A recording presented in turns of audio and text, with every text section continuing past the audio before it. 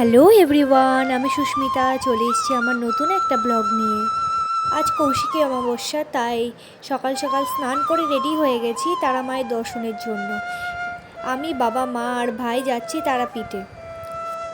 এই যে আমার ভাই গেটে তালা দিচ্ছে, আর এখানে দেখো আমাদের দুটো কুকুর লালু ভোলু এসছে বাবার কাছে বিস্কুট খেতে। আর এই যে মা, আমি আর মা এই দেখো যাচ্ছি, আর ওই যে বাবা যাচ্ছে।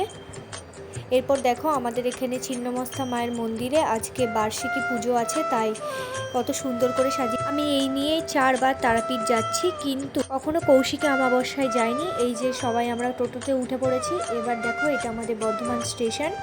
এখন সকাল ওই 6:40 বাজে। আর এই যে আমি আর আমার ভাই, আর এই মিষ্টি বাচ্চাটাকে দেখো কি সুন্দর না হাসিটা। এখন আমরা ট্রেনে উঠে পড়েছি। কৌশিকী অমাবস্যা উপলক্ষে তোমরা জাস্ট ভিড়টা দেখো, প্রতি বছরেই এরকম ভিড় হয়। তাই কৌশিকী অমাবস্যায় স্পেশাল একটা ট্রেন দেওয়া হয়, কিন্তু সেই স্পেশাল ট্রেনটায় আমরা আসিনি, আমরা ওই 7:10-এর ট্রেনটায় এসেছি। এই দেখো আমরা রামপুরহাট স্টেশনে নেমে গেছি। এটা হচ্ছে রামপুরহাট স্টেশন। আর এখানে সব সরকার থেকে জল, তারপর মেডিসিন এইসব দেওয়া হচ্ছে। এখন ওই 10:03 বাজে। এই যে আমি একটু শরবত নিয়ে নিলাম, এখানে সব প্যাকেটে জল দেওয়া হচ্ছে। আমরা এবার ট্রেকারে উঠে, এটা হচ্ছে তারাপীঠ ঢোকার গেট। এটা রাতের বেলা লাইটিং করেছে, কিন্তু আমরা যেহেতু সকালে এসেছি তাই লাইটিংটা দেখতে পাইনি। এই যে আমরা নেমে গেছি, এবার একটু চা খেয়ে নেব, কারণ সকাল থেকে কিচ্ছু খাওয়া হয়নি কারোর। চা বিস্কিট খেয়ে তারপরে পুজো দেব। এবার এই দেখো তারামার সরণি। এবার আমরা মা তারার মন্দিরের দিকে যাচ্ছি। চারিদিকে দেখো কত সুন্দর সুন্দর কাঁসা পিতলের দোকান, তারপর দেখো পুজোর দোকান। তোমরা যদি চাও যে কোনো পুজোর দোকান দিয়ে পুজো নিতে পারো। দেখো এখানে প্যারা বিক্রি হচ্ছে। এই যে মা তারার ফটোগুলো এত সুন্দর লাগছে দেখতে। দেখো গোপালের ড্রেসগুলো, আর আমার তো চোখ আটকে গেছে এসে এই গোপালের দিকে, এত সুন্দর লাগছে দেখতে। এই দেখো আমি আর আমার ভাই এবার যাচ্ছি আমরা পুজো নিতে। এই যে এই দোকানটা থেকে আমরা পুজো নিয়েছিলাম, যেহেতু অনেক ভিড় ছিল তাই লাইনে আর দাঁড়াইনি, আমরা নাট মন্দির দিয়ে পুজো দিয়েছি। এবার দেখো আমরা মন্দিরের ভেতরে ঢুকে পড়েছি, আর ভিড়টা দেখতে পাচ্ছ। আজকে যেহেতু কৌশিকী অমাবস্যা, তাই ভিড়টা মানে চরম ভিড় হয়েছিল।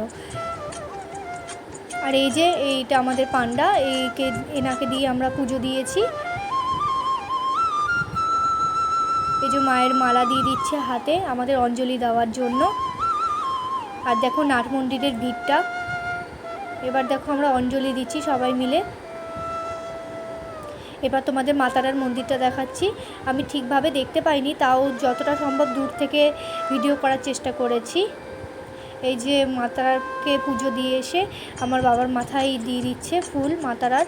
এই যে আমাকেও দিয়ে দিল আশীর্বাদী ফুল। এবার দেখো সকালের থেকে মনে হয় এখন আরও ভিড় হয়ে গেছে, যত সময় যাবে তত ভিড়টা বাড়তে থাকবে। শুধুমাত্র কৌশিকী অমাবস্যায় না, কালী পুজো আরও অমাবস্যায় এরকম ভিড় হয়। আর দেখো এটা হচ্ছে বামদেবের মন্দির। এবার আমরা যাচ্ছি শ্মশানের দিকে। শ্মশানেও দেখো একইভাবে কতটা ভিড় হয়েছে। এখানে মায়ের শিলামূর্তি যেহেতু পাওয়া গেছিলো, তাই এখানেও সবাই পুজো দিচ্ছে লাইন দিয়ে। আর এই দেখো কত বড় বড় যজ্ঞ হচ্ছে, কত সাধু। এই যে এটা হচ্ছে শ্মশান কালীমা। আর এই দেখো কত সবাই ব্যান্ড পার্টি নিয়ে এসছে, কত কিছু বাজনা নিয়ে এসছে। আর এই যে কত সাধু বসে আছে।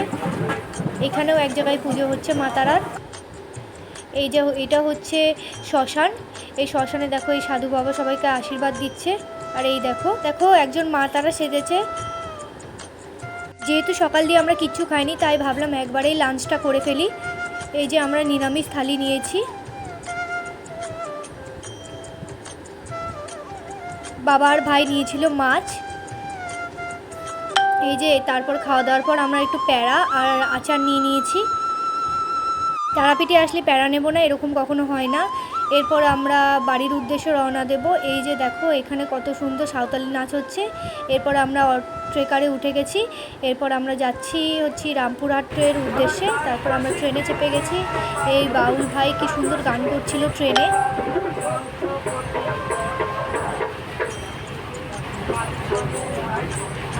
আজকের মতো এখানেই ব্লগটা শেষ করছি। তোমরা জানিও আমার ব্লগটা কেমন লাগলো, আর অবশ্যই লাইক কমেন্ট শেয়ার করো, আর জয় মা তারা লিখতে ভুলো না।